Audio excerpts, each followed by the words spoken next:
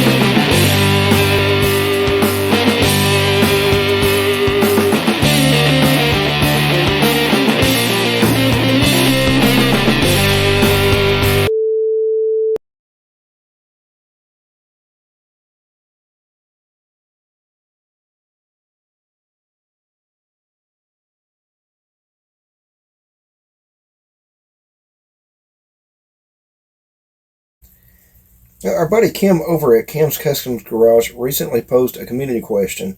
He asked, do you buy duplicates of the kits that you buy? First off, let's give a big shout out to Kim. Kim is an awesome guy. He has an amazing channel with some super cool builds. I'll leave a link below in the description so you can go check out his channel. A quick answer is, yeah, I most definitely do.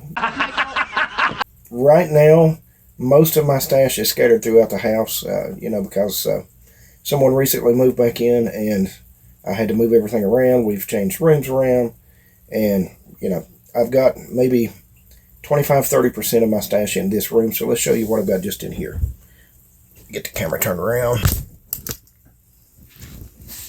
So just here that I can see, I've got a couple of the AMT 63 camper pickups, the F100, 4 of the Ford F100s from 1960. Let's see, I've got several of the S10s and Sonoma kits from AMT, a couple of the, sorry for the mess guys, a couple of the Revell first generation S10s, several of the Revell 49 Merc kits. There's another one up there, the flat box. We've got several 1944s. I've got some of those behind me as well. And that's pretty much all that I've got in here that I could show that I have duplicates of. Let's get the camera back around here. But yeah, I most definitely buy duplicates. I'm not even going to get started on NASCAR kits and aftermarket decals. I've got dozens of extras and dozens of decals from places like mikesdecals.com. These Salvino JR models, they brought back all these cars that we loved and grew up with in the 80s and 90s and beyond. For example, I've got several Tri-5 Chevys, 1955 to 1957. I've got some duplicates of both AMT and Revell 57s. I've got a couple of the Revell 56 Del Rays and some AMT 55s.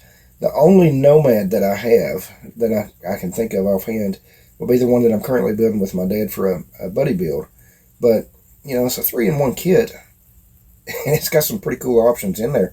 I will probably pick up a duplicate of that as well. It's just a cool kit. Any number of reasons why I would pick up a duplicate. First of all, if it's something I want to build more than one version of. Catch one on sale. Hobby Lobby, everybody knows Hobby Lobby has the 40% off. Michael has the 40% coupons. That's too good a deal to pass up. I've never been one to where I want to buy one to keep and one to build. Usually, if I buy a kit, I have a purpose for it in my mind. I may never get around to it. Coming up on 52 years old, I've got hundreds of kits in my stash.